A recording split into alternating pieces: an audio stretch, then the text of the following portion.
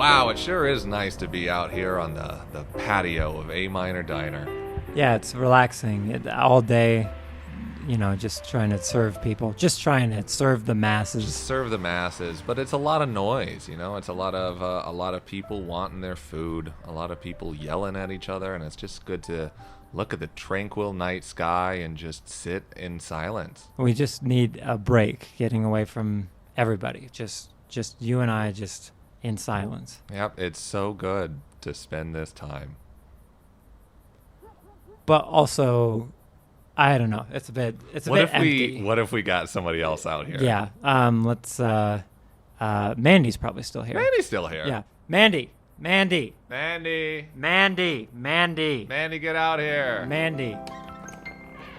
Mandy Groves. Hi, guys. Hey. Oh, hello. Pull up a chair. Come on. Okay. So, I guess we don't even talk to anyone here. Don't even make eye contact. Yeah, no, we're the bosses, so we don't we don't care about anyone except ourselves. Yeah. What exactly? Because you're our hostess here. Yes. But I assume that's not your actual dream. No. So what do you do when you're not at A Minor Diner? I sing and I act. You act. What sort of things do you act in? I do commercials mostly, and I also do short films. Very nice. What kind of singing? Singing, like R&B, alt, pop-ish. What stuff. made you want to do that? I don't know. I've always wanted to do that since I was a little kid. It was kind of just like I came out that way. Just singing. Just Yeah. belting out a Just tune. came out singing. And so then what made you want to get into acting? I kind of always wanted to do that too. When I was younger, I did musicals in school. And so that was kind of like best of both worlds. And so then it kind of went on from there.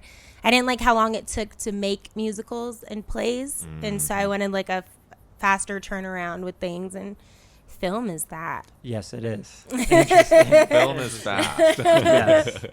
Interesting. Yeah, awesome. So, do you have like a full band, or are you leading the charge? I'm solo right now. I work with different producers and just kind of make music with producers and different people all the time. Not bad. Yeah. And how much music do you have out there at the moment?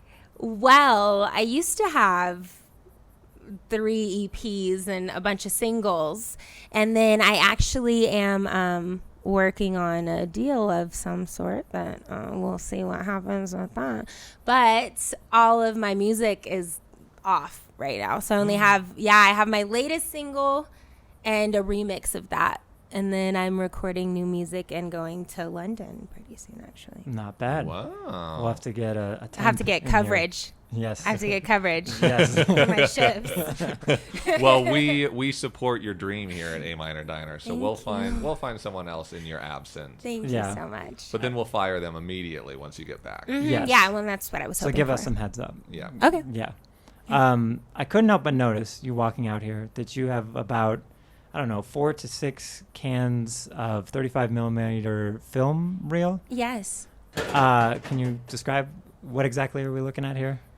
This is the best movie in the world, Monster House. Monster House. Yeah. Monster House. Yes. Oh no. So, okay, so you're bringing that into work here. So I assume it's important to you. It's the most important thing to me, really. It defines me as a person, so I just carry it with me all the time. Interesting. And I guess for those who don't know, the uncultured among us. Swine. Yes. Monster House is a 2006 film, not by Robert Zemeckis or Steven Spielberg, but they produced it. Yes. Right? And so this is after Polar Express and after before Beowulf. Yes. So they are experimenting with motion capture animation. Sony. Yes. And I guess, what was it like the first time when was the first time you saw Monster Hunter? I saw it in theaters, actually. which Years. was great. It was a great time. And I actually don't remember the first time I saw it very well. But then years later, I was feeling a little nostalgic, and I was like, I've got to watch this again. I remember how much I liked it. It's about Halloween. I love Halloween, all of that stuff. And then I watched it, and I didn't stop watching it ever. Ever again. Yeah, I just watch it all the time. How many times have you seen it? No exaggeration. Probably, this sounds crazy, probably 300 times. And that's no exaggeration. Because I used to watch it like every day after I'd get off of work, every day when I'd get like out of school, when I was in college. And then I just watch it randomly here and there. So it's probably... So you have the whole script basically probably memorized. Yeah, I to can whatever watch degree. it and say every line. And so what's like the X factor about Monster House as opposed to something like Coraline or something? What is Monster House is your perfect film for what reason? Well, a lot of reasons, I guess. First of all, I love Halloween. Secondly, the colors I think are really great. I really love the animation. I don't like all animation. Some of it rubs me the wrong way, and I feel like that's perfect animation as well. But I think the biggest thing is because they used motion capture, it's very real. Like everybody's expressions are really real. There's a moment in the movie where she has the phone and she's going to give it to Chowder, and she like looks at the step that she's stepping down before she steps off of it, and that's such a detail that like other animated films wouldn't have. Yeah. So if you could, again, for the uncultured among us, Yes. what is the basic premise of Monster House? So basically, there's two prepubescent boys, and they're best friends. And DJ, the kind of lead, he lives across the street from an old crotchety dude. And Mr. What's his name again? Nebbercracker. That's Nebbercracker. And so he's kind of watching this house, and he's like, something's weird. Mr. Nebbercracker is weird. And they end up witnessing some stuff happen because he gets a basketball, and it goes into his yard, and he witnesses some stuff happening. And then it's basically those two against the house. They're joined by a third character, and it's kind of a trio of them fighting on Halloween Day to save the neighborhood. Yeah. That's right. And To save the in a world. In a world with 3 children. yeah, you should do the reboot, the trailer. for Yeah. that. Yeah, that third character is a young woman. Yes. That they're like you say, they're prepubescent. Yes. Because the start of the movie, they're trying to prove that they're so grown up, and they get to stay home while Yes. the parents go to a A dental. dental convention. Yeah. As you do. And the parents are Fred Willard, and I can't remember the wife. That young woman comes in, and she's sort of like a Girl Scout, but yeah, like but she's hustler. like edgy. Yeah. She's an edgy Girl Scout Girl Scout. hustler. Yeah. And her name is Jenny. Jenny, that's right. And so, there's like this change in the dynamic between them, and they're all trying to figure out how to grow up but stay Yeah. young. And they both are like, oh, this is the first time we've really liked a girl. Yeah. And we both like her. Yes, yes. So what's happening here? Yes. And then to further complicate things, the babysitter shows up. And what's Z. it? Z. Her name is Elizabeth. Ah. Which there's that moment when he's like, Elizabeth. Because he's trying to, That's right. get at That's her. right. But her name is Z. And she has such a perfect entrance because she comes in like the pink blazer or whatever, like all innocent and happy. Hey, Cupcake. Yeah. Hey. And then she realizes that the parents aren't there anymore, and immediately takes off her blazer there for this like skull and crossbones. Yeah, like, she's death metal. got a skull and bones on the shirt, which is really cool Oh, yeah. because the two guys that she kind of has interest in are named Skull and Bones. Yes. I wondered Beautiful. if Bones. Okay, first off, to talk about Bones, outside of Sid in Toy Story, Bones is like the most horrifying looking CGI thing. I think Sid is worse, though, for Sid sure. is worse. Sid is number 1. I think Bones is number 2. Yeah, they get some close-ups on him. Yeah. I remember watching this recently for this wonderful meal, and was like, when Bones showed up, I was like, I bet Zach is just loving this. Like, this guy is so. Yeah. Well, I like it's a PG movie, but still, like, Bones is a little scumbag. Like, Bones is drinking beers the entire time. Yeah, the unlabeled beers. Yeah. There's a line that Z says that it's a PG movie, but it's pretty like DJ says, well, it's possibly that your boyfriend's been eaten alive. And she's like, Sherry Clausen. And it's like, yeah. Man-eater, Sherry Clausen. There's a lot of those. Like, Yeah. I really appreciate, it's like a weird 70s, 80s horror movie, because there's a lot of moments, if there's score, it's super loud and brassy and stuff. But there really isn't that much score in it at all. They let things just happen in silence. And especially some of the weird jokes, like, what's the non-lead character's name? Chowder. Oh, Chowder. Chowder says something about, like, oh, look, your parents are going on a road trip or whatever. Yep. And he says, like, yeah, I can see that. Like, yes, I'm aware. Like, Yeah. it's weird. They don't break the fourth wall, but they're very, because it's PG, right? Yeah. It's like a Yeah. hard PG. It's a a hard hard PG. PG, Yeah. which is how I like to live my life. Yeah. It's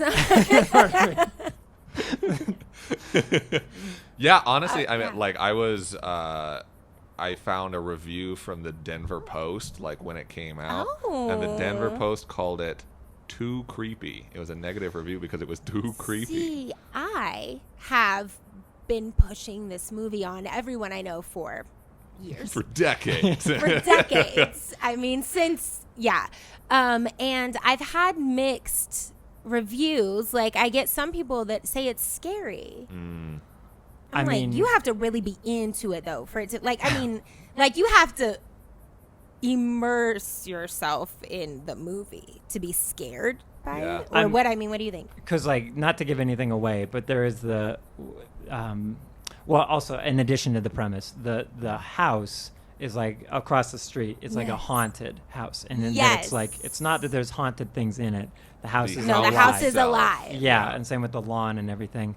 There's that moment where they do go into the house, and then again, not to give anything away, but the concrete moment or whatever, and then you see actual bones, and it's not like, oh, Pixar hinting at bones. It's like, oh, that's a dead body. Yeah, in a the PG shape movie. of- yeah, Yeah. and it's they get into some complex, like, There's also, like, a couple, I mean, there's jokes, too. There's more, now I'm remembering, like, the uvula Yeah, joke. a good That's the joke. joke, That's a really yeah. good joke. Yeah, and then there's also Chowder's like, my dad's at work and my mom's at the movies with her personal trainer. Yep. And I'm like, Yes. okay. Yeah, and it's nice because it's not that sort of, like, complimentary tip of the hat to the parents who've been drug along to see this movie. Yeah. It's like an actual, this whole thing is a little bit off. This whole town is not actually Yeah. the best because, what's his name? Skull Mm-hmm. has got this weird vibe to Skull's him. Reginald Yeah. Skalinsky. You're deep in it, you know. I know it Yeah. too much. I wonder, yeah. is there a novelization of it that I you've mean, read? I Are could you write writing it. it? Yeah. I could write it. But he's this guy. It's at, like, a pizza place, I'm pretty sure. Yeah, he's a pizza delivery driver. And he plays this one arcade game, and he's like, Thou legend. art dead. Thou art dead. Art dead. Yeah, and it never really comes up again or anything. But he's got this weird. It's not even a commentary on addictive video game culture, but it's like he's like almost Buddhist in a way. He's found his thing that he loves, and he doesn't let anyone shame him for it. It's all he does Yeah, is just sit there and play that similar game. to your affection for Monster House. Is he's Yes. played that game probably as many times as you have Yes. watched Monster House. Yeah. I've got a high score in watching the movie. Yeah. Well, something I kind of love about it, like the teens, the preteens, they kind of actually talk like preteens. And there's also, like, I feel like if this was, say, an 80s like live action movie. Like Chowder would be made fun of for being fat the entire time, and like Skull would be seen as like this like super loser Yeah, character. there'd be like stereotypes. But more. there's not in this movie, which is something I Yeah. kind of like. I enjoyed that. Like, I don't know. It's more realistic. It's less like bullying. Yeah. It's actually Well, it's like there's no other characters. There's a set of characters and that's it. And you don't go around the town seeing how they interact with other people. Mm-hmm. Even like when Chowder's in the pharmacy, there's nobody in there. Yeah, that's an interesting, because if it was hand-drawn, it's sort of the same philosophy Yeah. of, like, how many sets do we have to draw and how many different characters and this and that. Now that you mention that, they are just on that city block. Yep. The And they're whole just time. interacting with each other. Yeah. That's an interesting, and especially, the way that they do talk to one another, because one of the writers on it was Dan Harmon, who's gone on to do Community and a bunch of, like, Rick and Morty and stuff. And there's a way... it's like it's hard to watch things from the 2000s in terms of attitudes about Yeah. people and about Yeah. and about especially like genders, and there's never a joke at anyone's expense, No. especially hers. The uvula joke is like a 10 out of 10. Just to reiterate for the audience, Yes. they go into the house and not saying anything, but the girl remarks on something of like, "Oh, that's like a uvula," and he says, "Oh, it's a girl house," and she's like, "That's not what that is," or whatever. And- Everybody has a uvula. yeah. He's like, I don't. Yeah, and that's it. And it's not this cheeky, fun, like DreamWorks or like sarcastic Minion sort of joke. There's a weird amount of heart in it without Yeah. being Pixar heart. It's like this. It's still got an edge to it. Because Yeah. there's like, there are, I would say, traces of, how would I say, deeper themes, I guess. You know, it's like, well, this could be a kid's movie, or to try, like, again, we're trying to not give everything away here, but it Yeah. could be a large, like, abusive relationship allegory in the end. Yeah. And so I do like that there's, like, deeper themes. There are actually real characters who seem to like each other. And also, I'm a huge horror movie fan. And it, honestly, the plot really develops as if it's like a low budget horror movie. Like, nothing really stands out to make it this is a kids movie. This is not a horror movie. And the director actually went on to direct the remake of Poltergeist. So there's obviously like there's some horror love going Yeah. on here, and you can kind of feel it. It's very classic. I mean, even with like the colors and stuff, it's just very like classic horror Halloween, like deep reds, dark blue, black, like, but it's still, it can be seen as a kid's movie, but I mean, I am a full adult. Well, because, like you're saying, it starts on, like, a leaf falling, the red or orangish leaf or whatever. And I remember the first time watching it, because I worked with an actress who was so insistent about me watching it, that there's a girl on the tricycle. Yeah. And she's not, like, singing. She's just doing the la la la thing. Yeah, and it's like, wait, what is this? Like, why Yes. am I watching this? But it goes on for so long that, okay, that's clearly on purpose. Like, they're trying to play into the trope, and then especially when he comes out and starts screaming at her, it's this weird, it's very uncomfortable how like it pushes that like archetype button in your head until he's looking at them across the street there through he's taking photos of them, Yeah. and the dad has some great remark on that. Like the peeping yes. Tom thing. But then they sort of use that as like a non-contrived like transition too. Like you'll go into those photos to go to a new set piece. And it's weirdly, especially for a kid's movie, I haven't seen the Trolls movies or the nonsense Wait, that you've they're never pumping out. seen Trolls Or- World Tour? Not yet, Oh, but gosh. but there's you can tell it's very storyboarded, this Yeah. one. Like, it's incredibly, here's exactly what we're going to do for whatever reason. Like, the old man has a health problem, and he has to be taken away in an ambulance, and they have that camera on the ambulance window. It's like, Yes. it's almost as if it's mounted on the ambulance, and then Yes. it drives away. There's a, like, because in an animated film, you can have... brilliant. Exactly. Because it never takes a camera angle that couldn't exist in real life. Yeah. And that's pretty mature for mid 2000s animated movie. Yeah, It has no IP. Yeah, so you're Yeah. saying it's the best movie you've ever seen. Oh, yep. It's- Thank you. It's on the I'll shelf. take your We will silence. I'll take your silence as an agreement. I will. We'll get to it in a later day. Yeah, I okay. liked the movie. Yes. I'm glad that you brought it because I had never seen this film before. And I kind of, I don't want to say dismissed it, but it came out when I was like a little too old for it. Yes. And so it was like, I don't watch animated films anymore. Like Yeah. I watch art film now. Now I'm 13, I watch art film. Jean-Luc Godard only.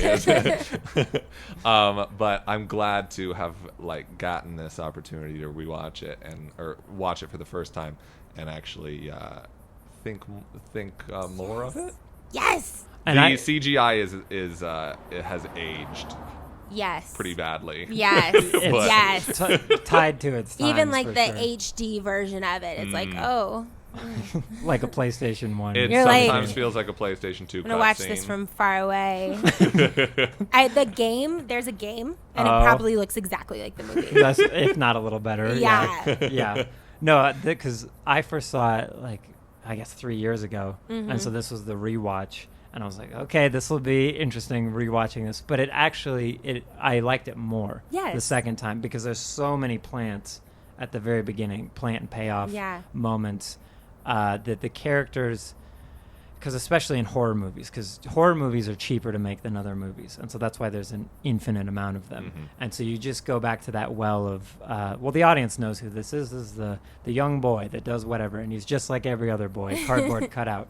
But he is not. He's got Yeah. these weird interests. Like, that's another adult moment. The pee in the bottles Yeah, is right. like not okay. It wouldn't happen in any animated movie today. No. Period. It's like a gross, and it keeps coming up. It keeps It's happening. very real. Yes. There's like a weird sort of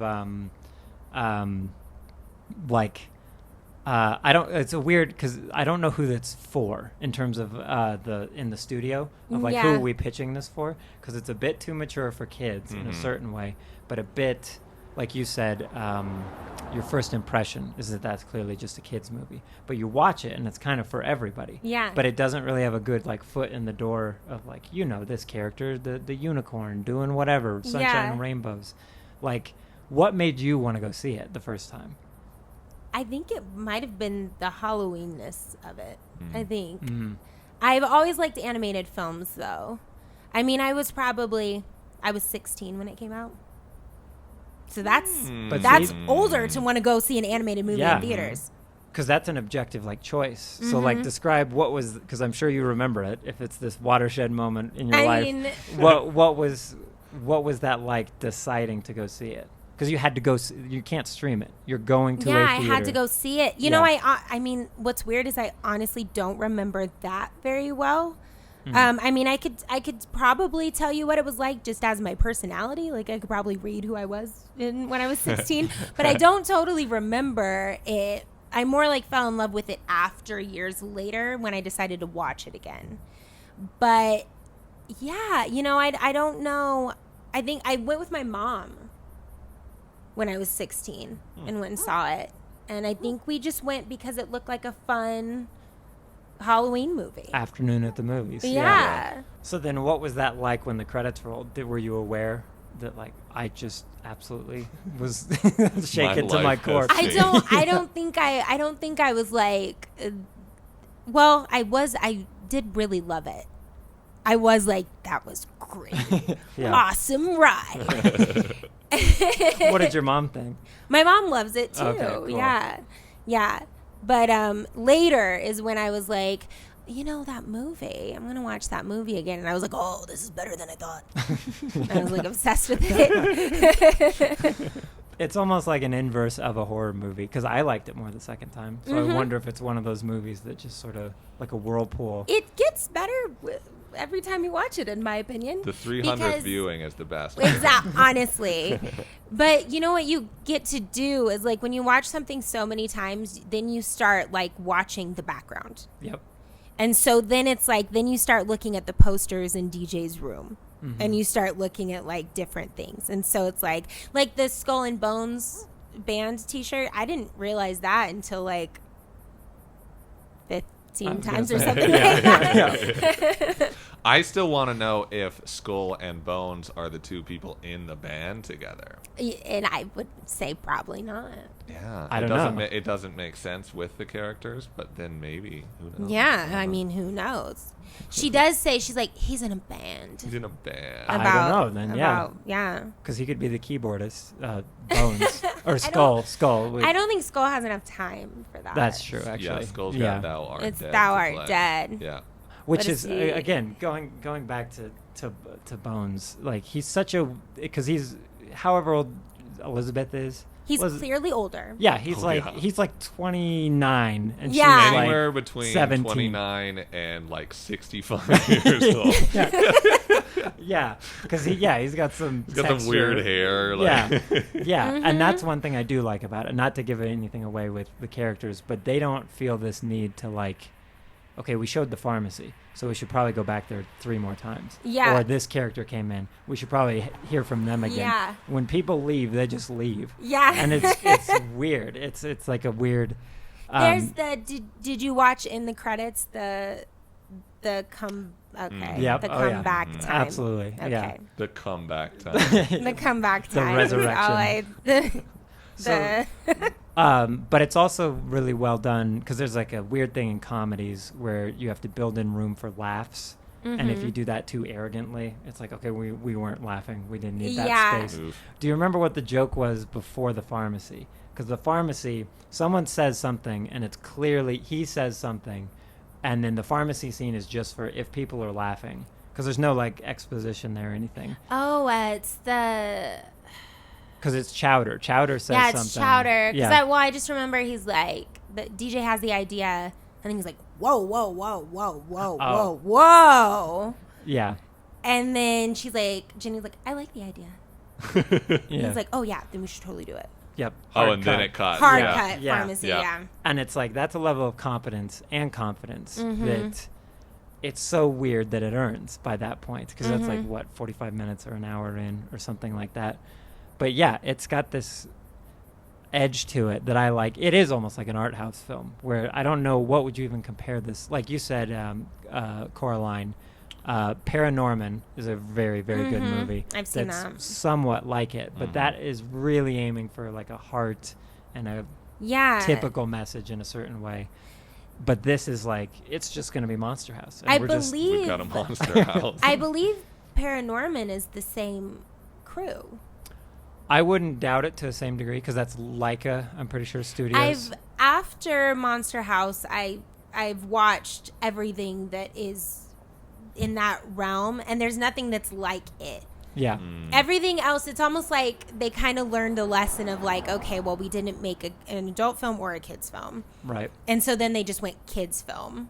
Because Paranorman is, I mean, I think animation's good for everybody at any age, even if it's like a kid. And I mean, as long as it's not a kids show, but like Paranorman is more kid. Yeah. I would Yeah. say almost everything is Yeah. more, unless it's like a hard R. It's the point that it's supposed to be a raunchy animated something. I think Coraline is scarier. Coraline is scarier, but I think also it's just the concept is way scarier. Yeah, totally. Yeah. But then there's, because like, especially watching the second time, the big reveal or turn of like why the house is haunted and the character moment is a weird way to do that. Because normally it's like, okay, here's, in a good way, like, here's the reason why the serial killer is the serial killer is always like a disturbing thing that like, Yeah. oh, now I really hope for whatever. This is like, okay, it is very disturbing, but it's also very endearing. Like Yeah. there's a very, Yeah. it's like a textbook Pixar There's no sort of scene. villain. Yeah, Yeah. which is insane for a movie. It's like it's a haunted house, but get it? It's a play on words because the house itself is haunted. Yeah. Like it's weird to not have a black and white cartoon cutout villain in it. Yeah. And I guess that's why you could keep going back to the Monster House Yeah. over and over. Yeah. Yeah. So, yeah, for me, what really stood out about it was kind of this, like, this is a very goofy film, but it's also, like, dark, and we've got some like some weird contrast, and so it made me think. So I brought this CD of Primus's Tales from the Punchbowl. I think we're gonna pop it into the CD player right now.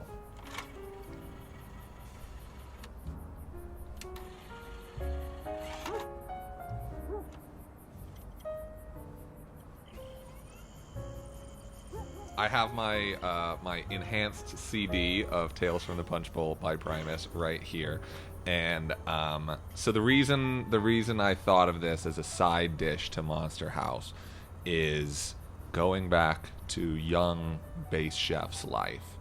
I bought this album from like a Target or something when I was about 10 or 11 years old. Which is what I thought you were going to say with Monster House. Is like you watched it for the first time when you were 10 or 11, but it turns out it was false. Yeah. But anyway.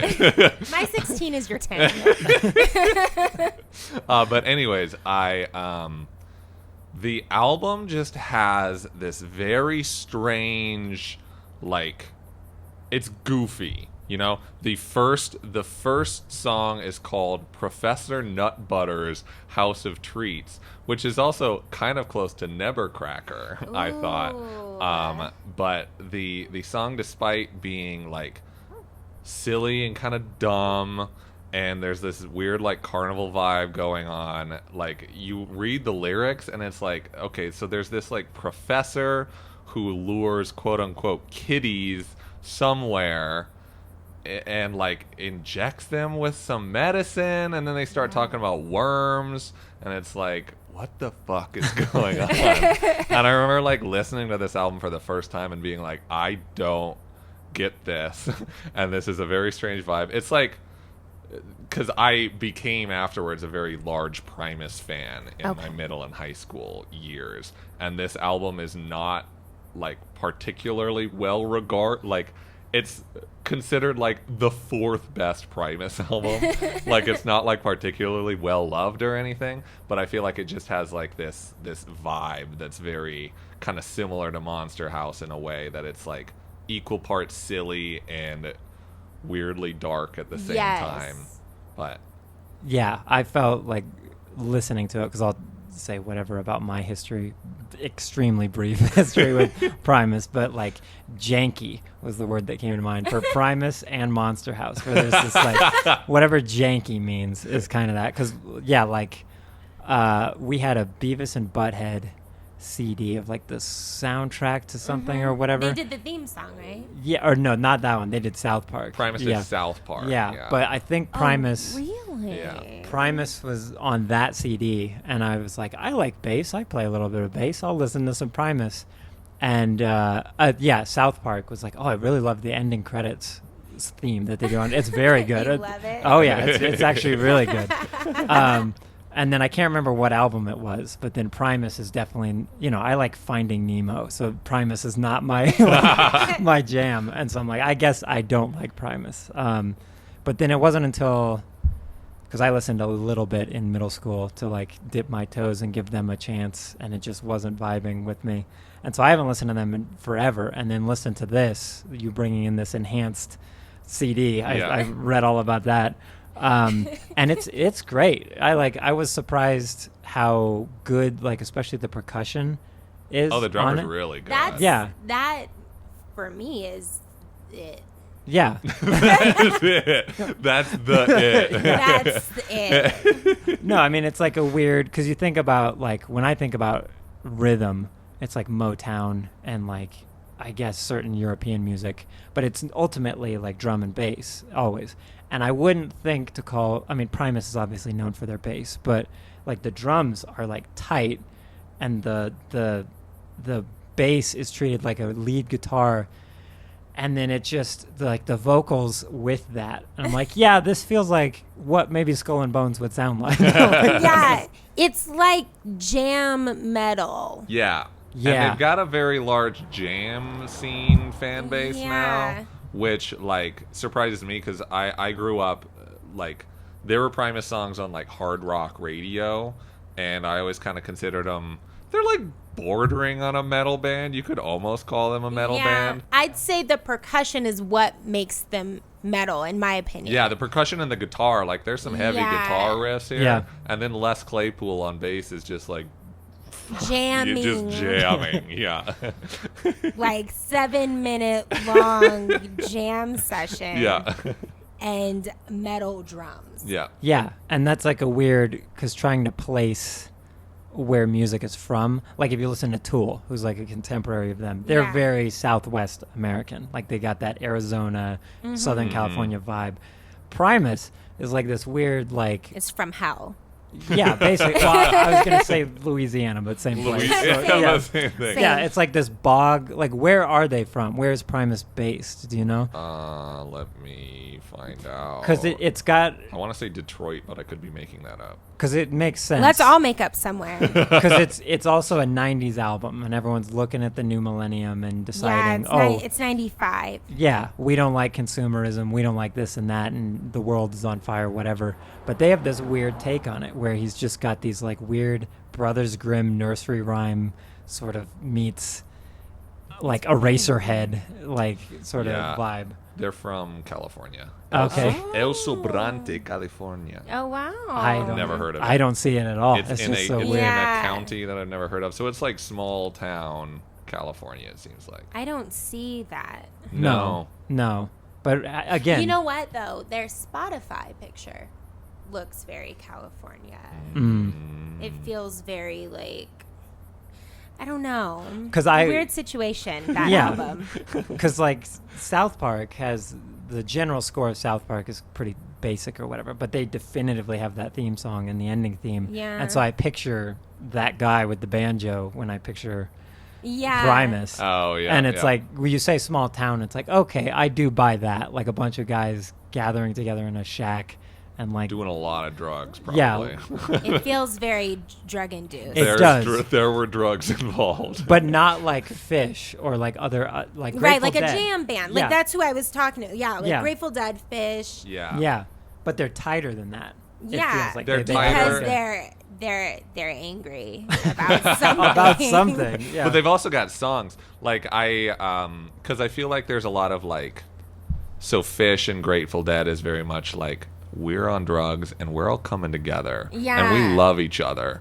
And that's not the vibe you get from Tales from the Punchbowl. Well, the first song, it felt a little like that, and I couldn't really fully listen to any of the songs straight through. I started on the first one, and I was like, okay, carnival sounds, and then I fast forwarded, and it's like 7 minutes long or something, and I'm like, oh, okay, is this what it's gonna be? And then I kept and then I kept going, and the song that's the most different from all of them is the Southbound Pachyderm. Oh, Yeah. yeah. That song is completely different than any Yeah. other song on there, and it's the only one where I was like, I could listen. Like, to it's kind of a this. jam. And yeah. that's the one, but it's also, it's like really kind of atmospheric and somber, like... And it has like pretty chords. The Yeah. rest of them, the chords are like intentionally ugly. Like Yeah, all yeah. of the songs. That's a great way to put it. But yeah. it's so interesting. So Southbound Pachyderm is track 4, I believe, on this album, and it is what follows Winona's Big Brown Beaver. which is there are not two songs that sound more different. Yeah. And that song is like the biggest song off the album. Yeah, That was the yeah. first one I'd heard. That's the reason I bought this album. And that one's a story. yeah, it's a It is She a story. shows it to all of her friends. yeah. And then it gets to like a freak show situation, does it? Or I don't know. I couldn't follow. Well, it's funny at the time. So Yeah, at the yeah. time, there was an actress who is still alive, Winona Ryder. Yeah. was Stranger Things. was yeah. dating a guy in another like 90s alternative rock band called Soul Asylum, and the guy from Soul Asylum showed Winona Ryder the song because he was like, this is about you, this is about your lady parts, Winona. And it's not. But this was like a whole thing in the 90s that like people thought it was about Winona Ryder's. I would have read it as Winona Judd. Yeah, yeah.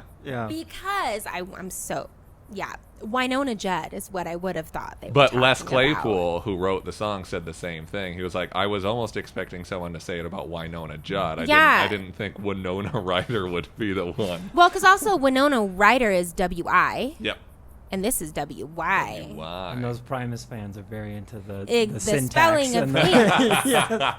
But like, yeah, seeing that, because I had heard that song before, but then especially when you look on Spotify, it's like, okay, this is far and away the most popular song on this album. Yeah. Where did you hear it? Like when you're growing up? I heard it on alt rock radio. Oh. On like terrestrial FM radio. Wow. Yeah. Well, that's the thing. Is like, With a lot of bleeps and changes to lines.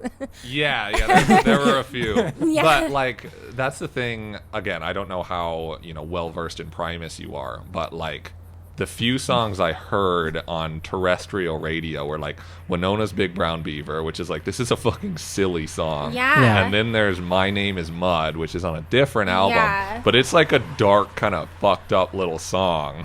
Yeah. And like those were the two that I really ever heard, with like a couple, maybe one time a year I would hear. And it's like, what is this band? How did this band get popular? Yeah. I know a lot of music and a lot of different genres. I had never heard anything from them before. Because like they're a relatively like popular band, but I feel like it's a very specific thing. Like they were coming to the city that A Minor Diner is at.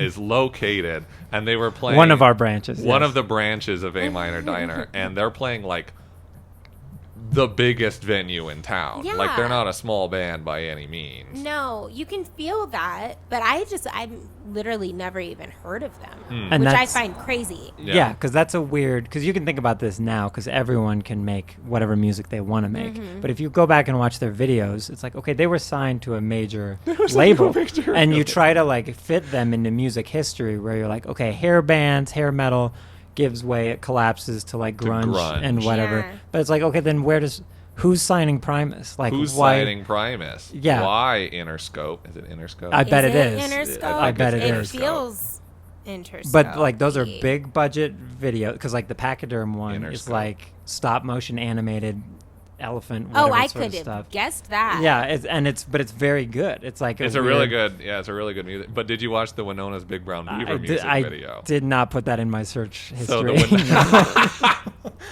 the Winona's Big Brown Beaver music video is like one of the reasons I paired this with Monster House, because it is the band in giant like inflatable cowboy costumes, like performing the song in a barn, like a country barn, and like when the verses, when they're talking about the beaver, it's like crude like 90s animation with like a karaoke like. Oh, okay, so all the lyrics come up, and there's like one of the karaoke balls that like follows all of the lyrics, and it's like the goofiest, dumbest thing, but at the same time, like there's something vaguely threatening about these like really large like cowboys that are like the camera angles they use are really odd, and the whole thing just feels like, what is going on? Scarier than Monster House. Yeah.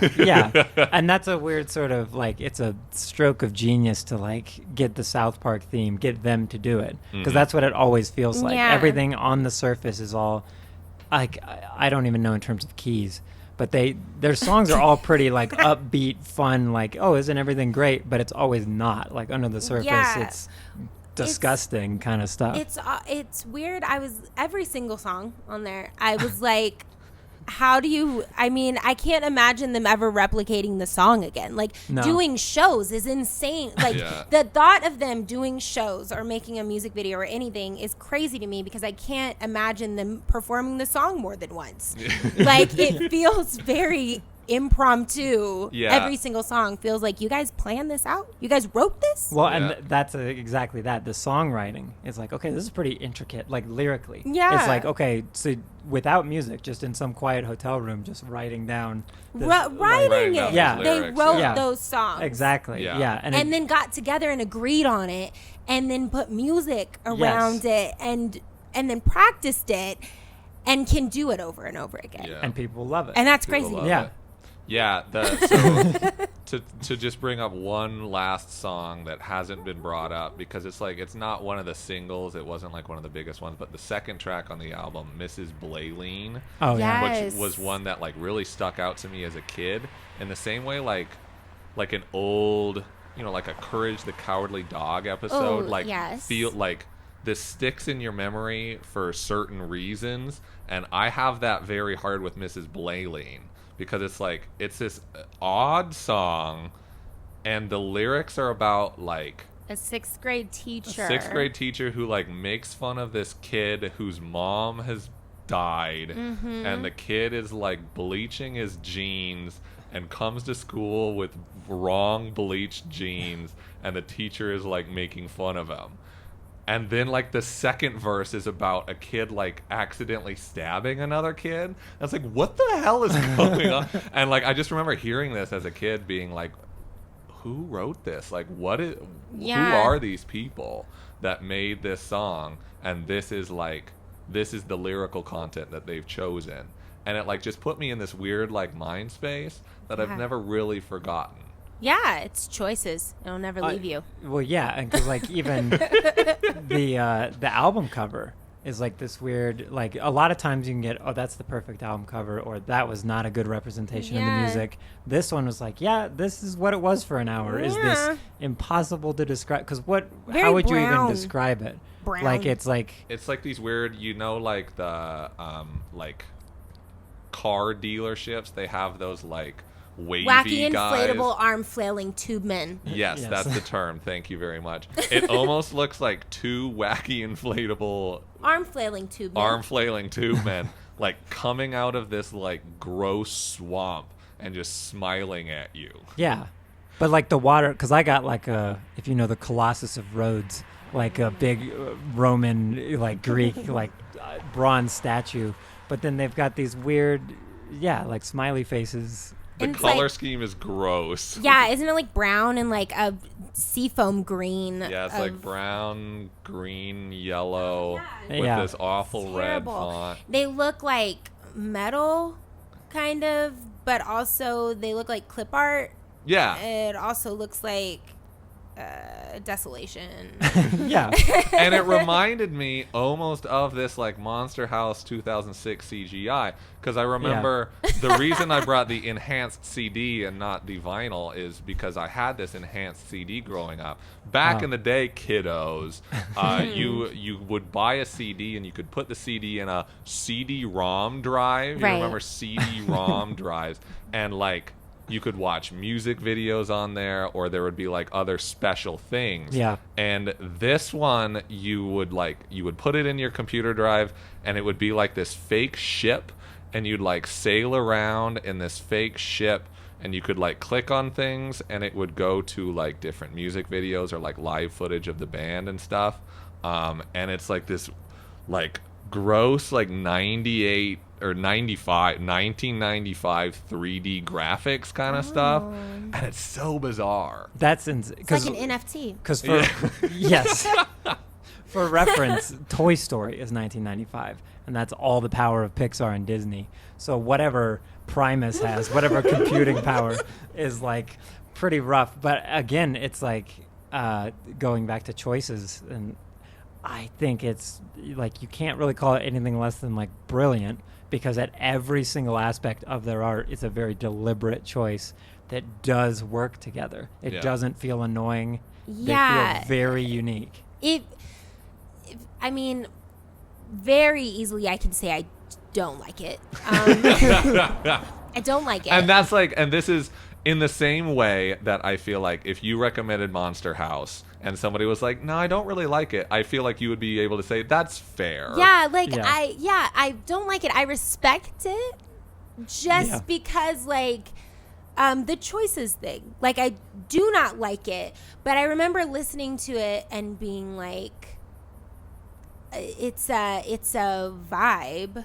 It's nothing It's if like not original. This, yeah, I mean, and to say this is kind of maybe shitty, but it's, of course it's music, right? But my first inclination was to be like, this isn't music. But at the same time, I'm like, they're doing this to make a feeling. Mm-hmm. Yeah. So it is music, of course, but it's also like not enjoyable.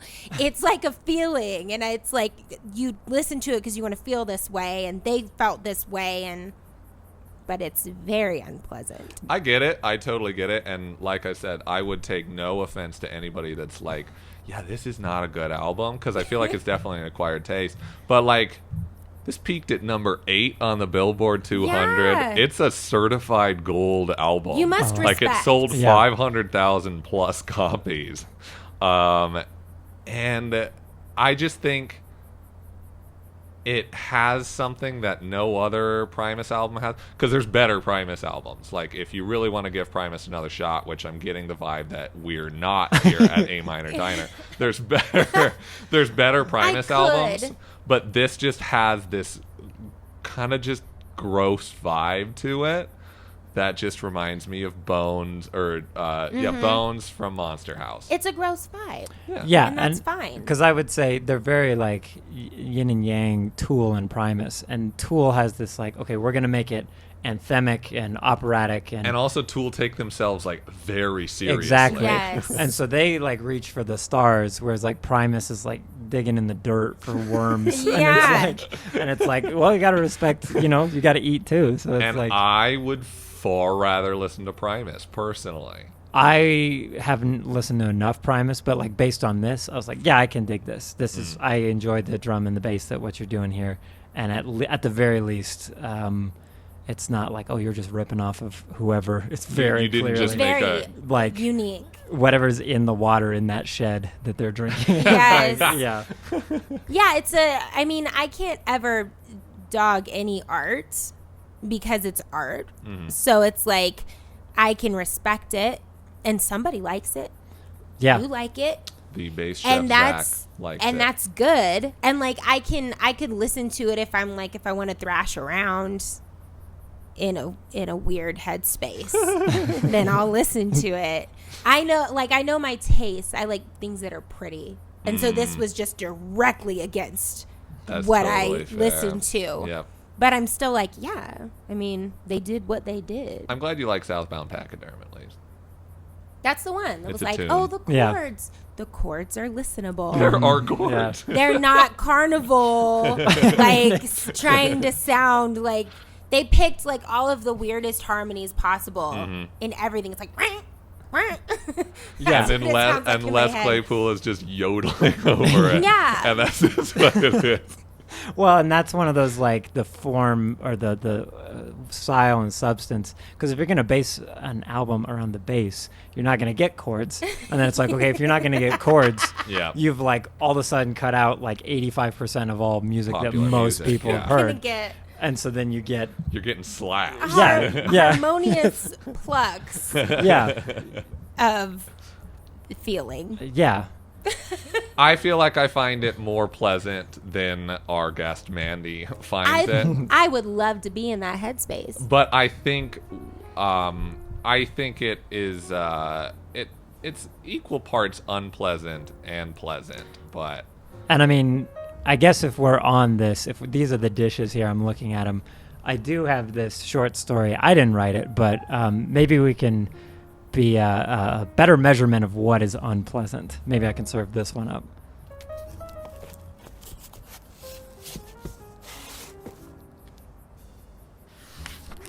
So I actually found this under the table here. It's keeping up one of the legs.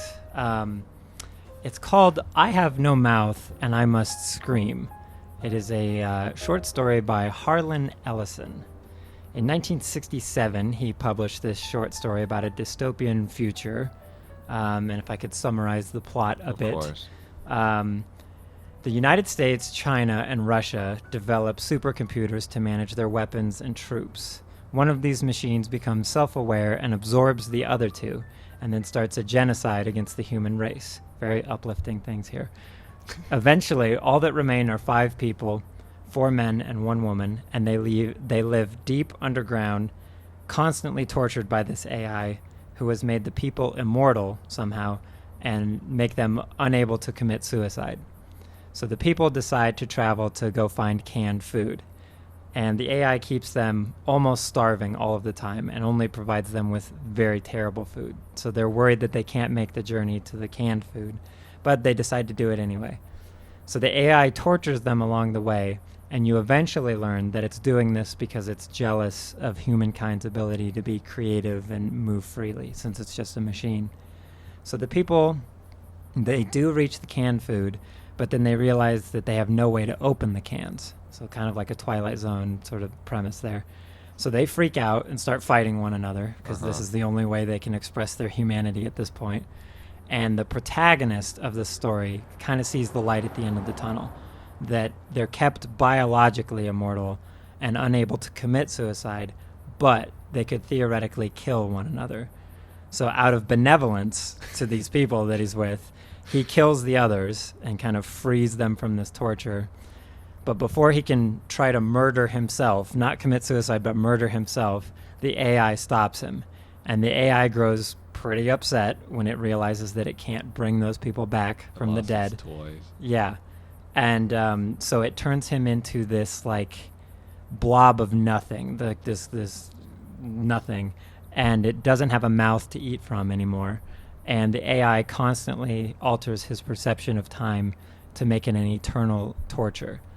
The protagonist is grateful that he was able to save the others, but the agony of his constant thought rings in his head, I have no mouth and I must scream. We were talking about how uncomfortable Primus was, but yes. Guess what? We are in a new dimension here. Yes. And so that sort of like the thematic point of that story and then how it makes you feel inside, that's how I feel. As much as I love it, Monster House and Primus, that's how I feel listening to them. Really? Because watching Monster House makes you feel the same way this story does. Yes, and it is because of the motion capture. There is something that's like uncanny valley. As much as I respect it and as much as I like what it has become, like what we have in 2021, I actually don't like it that much, but I respect the technology behind it. There is like a dehumanizing thing to it of knowing essentially that there is a soul trapped on the other end of that performance that isn't like they're not drawing that face. The face is being generated by something, and there's something behind there. There's this. I've started watching the Studio Ghibli movies, the Hayao Miyazaki, and he's got this famous clip that I'll describe really quick. These people bring in this sort of 3D animated, like AI controlled creature, and they're like, AI doesn't know how to move like a human does, and so how it chooses to move is kind of creepy, and so we could use this for horror things or just unsettling moments. And Miyazaki just kind of sits there, and I think he has this cigarette in his hand and says, every morning, not recently, but every morning I see my friend who has a disability. It's so hard for him to just do a high five. His arm is stiff with muscle reaching out to my hand. Thinking of him, I can't watch this kind of stuff and find it interesting. Whoever creates this has no idea what pain is whatsoever. I am utterly disgusted. If you want to make creepy stuff, go ahead and do it. I would never wish to incorporate this technology into my work at all. I strongly feel that this is an insult to life itself. Oh, damn. And that's where I was like, okay, I wouldn't go that far because I enjoy Monster House. An I insult to life itself. And then he has a statement because those kids, they're like in their 20s and he's like this in 50s. They're kind of like dumbfounded of like, okay, sorry, like apologize. And he has this comment, I feel like we are nearing the end of times. We humans are losing faith in one another. Because I would argue, and I would ask you, because I'm not being like, here's all this fake stuff I'm saying about Monster House just to loop you into this. I do enjoy Monster House quite a bit. I would argue it would be infinitely better, like almost immeasurably better if it was hand-drawn. Like if it was 2D. I completely understand that. I think I've thought about that a bunch. I've thought about how, like, because this is the first, I believe Monster House was the first motion capture thing that I had really seen and, like, understood what motion capture was and stuff. I believe it was Sony's first motion capture movie. Probably. Yeah. So I've often thought about that, of, like, how weird and, like, trite it is to put a bunch of humans in a room and then make them act and then transfer it to some other medium of, like, I think that's weird. So I agree. Okay, because it's a weird, like, in animation they used to do, like, rotoscoping, and so they'd film something and then just kind of trace and try to do that. I know that Rango, have you seen Rango? Rango is very, very good Western movie. Okay. They like did that movie. They dressed Johnny Depp up and whatever and all these people and just filmed it and then animated based on those rehearsals or like their voice recording sessions. Okay. They did those like in real time. And like it's one of those things where I feel the opposite of maybe how it's coming across. Like Monster House is like the edge of the cliff. Yeah. Of like, isn't this cool? We're pushing the boundaries. Because I agree 1,000% with the step moment. Yeah. Because you wouldn't think to animate that. And so that makes it real. But then I think after that, you lose, like let's say a big like historical epic movie with 1,000 soldiers on the battlefield there. Now they'll just computer animate that. And they can make that as realistic or as close to realistic as possible. But like the step moment, that's literally a human being understanding that the step is there, and you lose that from big epic battle sequences or things like that. And so I have no mouth and must scream is sort of how I feel, like where it's you watch we were talking about animated films, and I don't watch a tremendous amount of them, but enough of like Pixar or Studio Ghibli.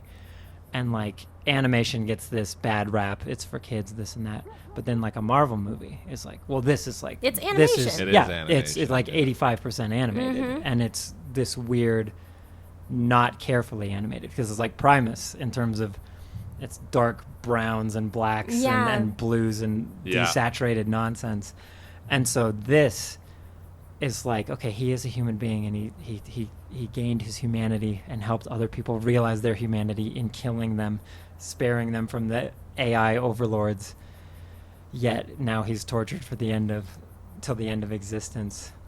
Just like I have no way of expressing myself in that same sort of, like if you wanted to do Monster House, then I think it's great. I think they're basically landing on the moon with Monster House. They're pushing, and I can respect it. If you did it 10 years earlier, it's a probably not cliche, but because it's not based on something, the animation style would be like, they would try to do it cheap, and they would try to make it like recognized. Saturday morning cartoon is what I mean. But then if you did it 10 years later, 2016, it would look like nonsense. It would look very bad, and you'd lose the humanity in it.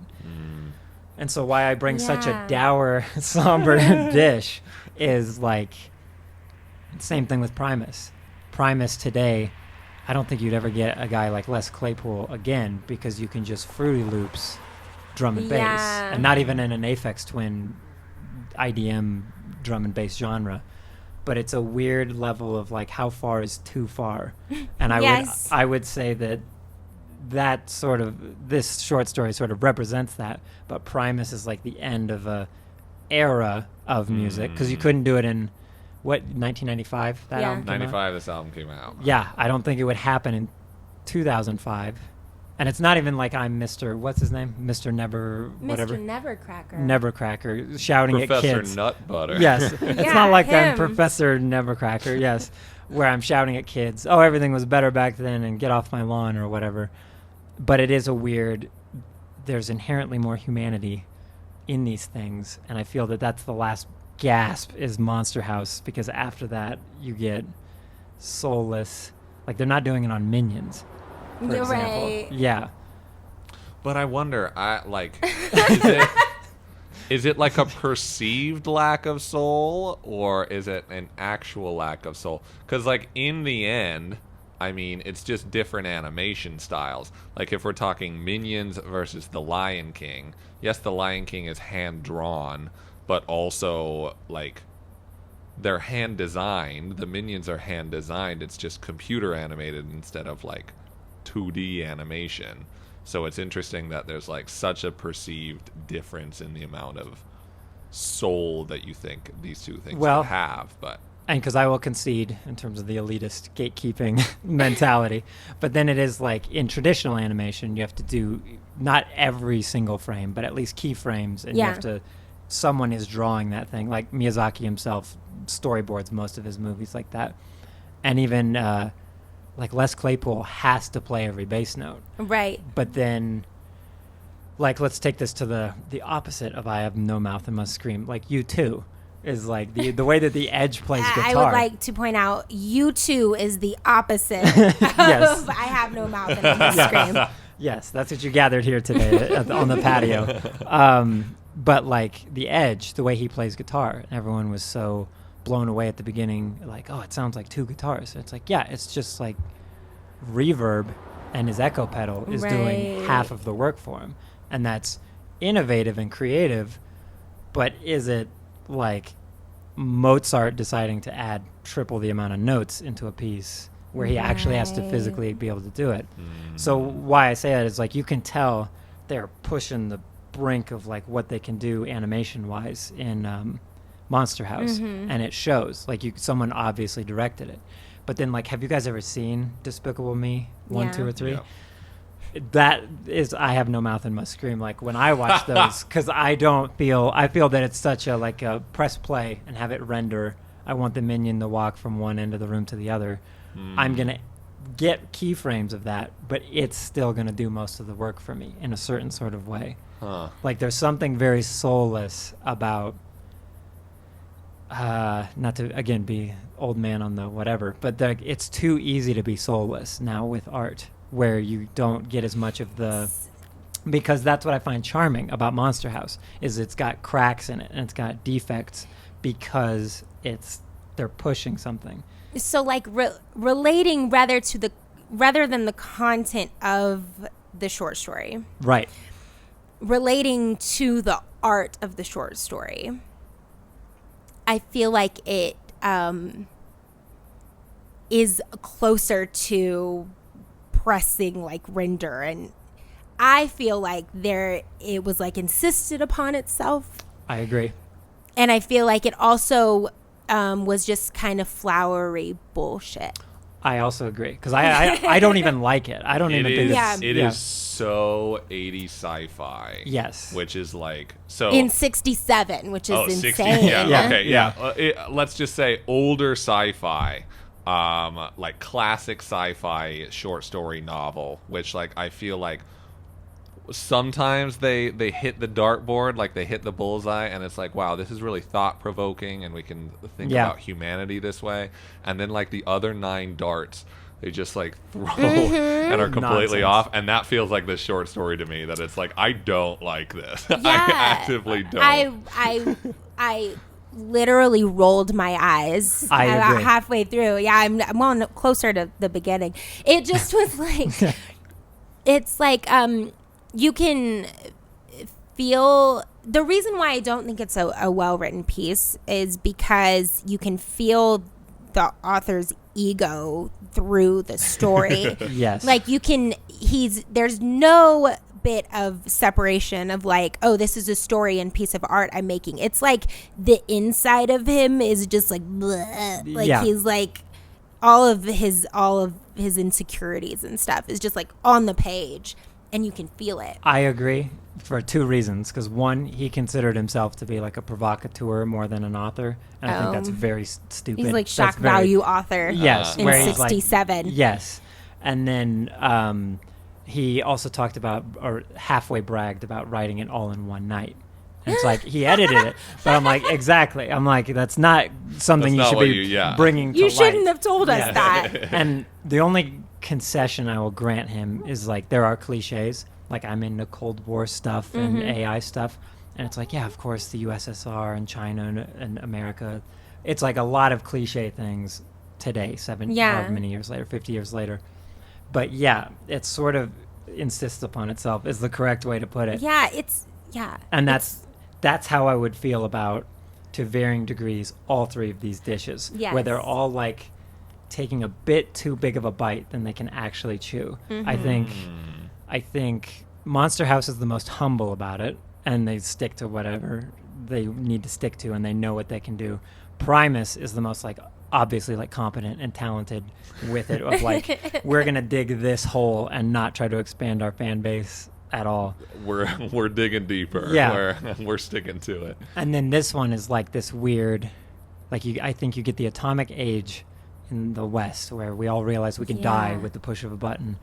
And I would argue some forms of art really explode and become great out of that, like film and things like that. Whereas, like sci-fi has always been kind of 90% terrible, but especially after that, it's like you get the rise of the superstar sci-fi author, where there's such a Nostradamus or whatever, and they're trying to be a Nostradamus. Yeah, I feel like this. I feel like it was before. It's a difficult read now. I think also because in '67, he had no idea really what the inside of a computer exactly looked like. So he's like describing all of these abstract ideas that right now would be completely concrete. We would know. Yeah. Exactly what it looked like, and you could also describe the inside of it and everybody would know what they're looking at. This is like, I have no idea what we're looking at. Yeah. And like a pink palette at the what is that? It's not Nonsense. It does not world build very well. No. It does no world building. And that's why I think that's where I felt the most frustrated, was just no world building at all. It was like you're literally in like an abyss of, I have no idea what's happening. And that would be my point, is when like that's because when I like, to Monster House's credit, they're aware. They're like, okay, this is the box. We cannot animate 10,000 different sets, so we're going to stay right here. And so I like that because it makes you world build in your head outside the frame. And same with Primus. Is like, where is Primus from? What's going on?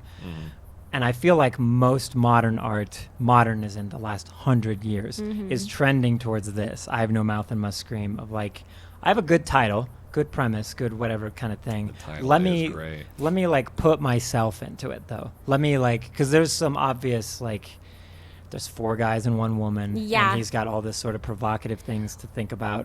Well, a couple of things. He was going through a divorce. Yep. You can It's really super sexist. read it. Oh my God. Women suck. Yeah. And they're only here to have sex. Yep. And they love it. It was rough. Yeah. Oh, yeah. And then the other thing is that the title was actually created by an artist friend of his. Yep. And so I don't think I think the title is better than the piece of work. And that's sort of exactly what I'm getting, because like I'd be curious on your thoughts on this. Like we've talked about it sometimes, like a big slur that you can give to an artist that they don't quite realize is a slur yet is a content creator, calling someone content, and it's content creation.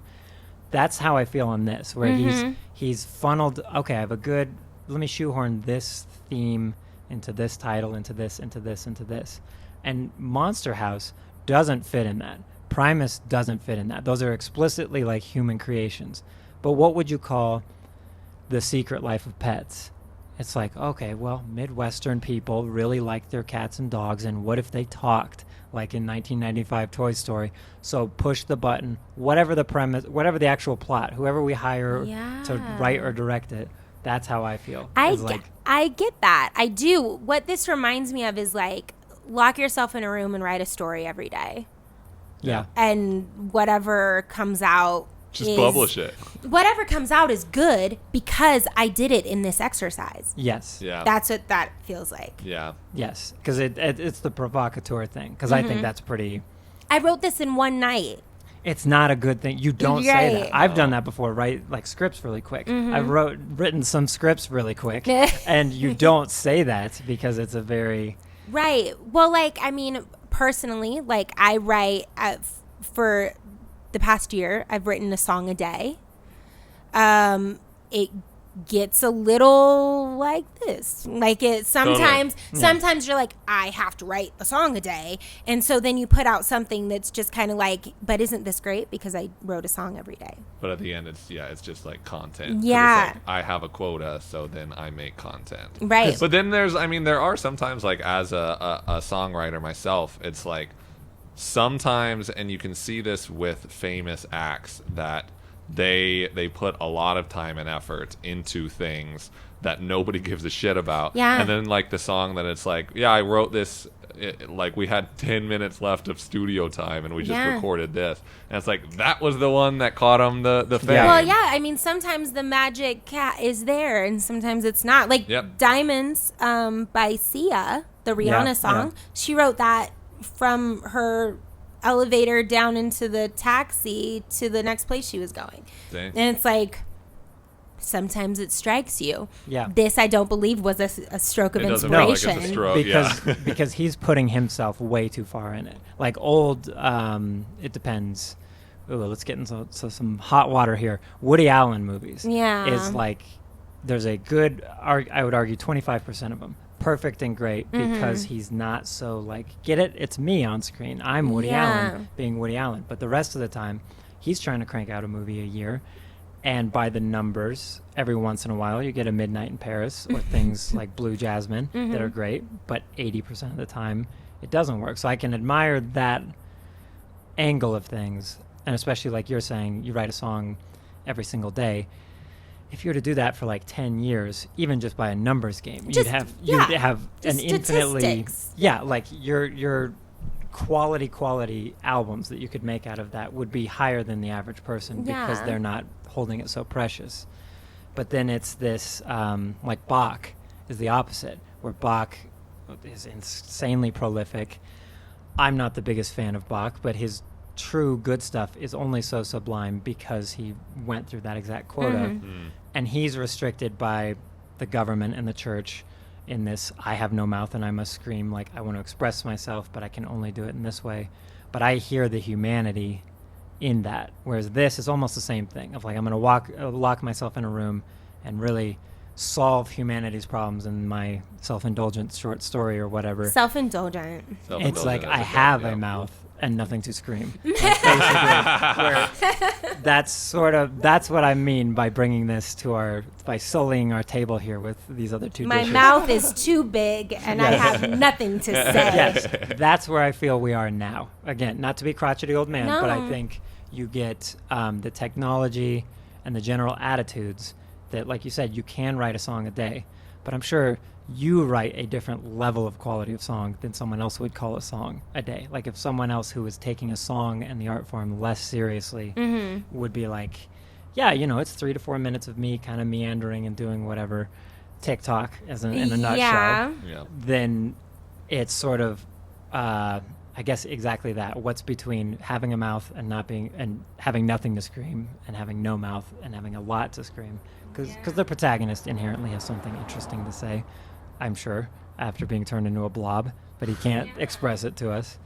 Yeah, I don't know. There's a quote from some short story or like a writer, and I forget who said the quote, but he said that like to write a good short story, you have to love humans. Like you actually have to like humanity, and I kind of see that, and even kind of like very negative works of art. I feel like the best very negative works of art like still have kind of faith in humanity in the end, and like we can kind of get through this in the end. I get none of that from Harlan Ellison. Like I feel like he hates himself. Yeah, he hates humans, and it's like just kind of nihilistic bullshit in the end. That's like, this is so boring to read. Agreed. Agreed. And that's, ultimately, I would argue Primus and Monster House do a better job, because especially Monster House, don't want to give anything away, but I did forget about the actual ending of Monster House there before the credits, and it's oddly touching in terms of how effective it buries its premise of like, wouldn't this? It's the perfect ending of all works of art. It finds its perfect ending. Yeah, it's the most perfect ending out of all works of art, is what I heard you say. For what Yes, the yes. most perfect piece of art.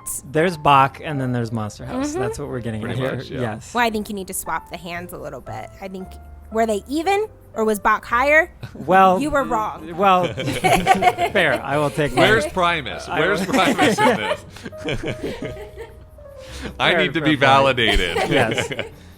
Oh, well, y'all, it's getting kind of late for me, so I need to wipe down menus. I still got to close. Oh, sure. That's fair. Okay. Yeah, it was fun talking. No, I mean, thanks for actually. It's kind of weird. We never talk to you, make eye contact. This is the Just most. kinda- Yeah, Yeah, this is the most it I've feels- ever cared about a it- server. It Yeah. feels really nice that you guys are looking at me in my eyes. Yes, yes. And not ahead to the table that you'd like. We'll try to be better bosses. Yeah. Thank you. How about Yes. that? Thank you so much. And you know what? Keep your film canisters here. We'll just keep the copy of Monster House at A Minor Diner, and we'll play it every. What's a Halloween day? Friday? Is Fridays? You sure? Okay, sure. So we'll do that. Movie night. That gives me so Every- much more room in my backpack. Yes, yes. And I'll stop playing Primus in the diner for you. Thank you. It's giving me anxiety. I will continue to read this short story out loud. I will Out loud print it on the every day. menus. Yes, yes. Oh, goodness. Well, thank you for coming in. And you. yeah, we're just gonna sit out here and enjoy the moonlight.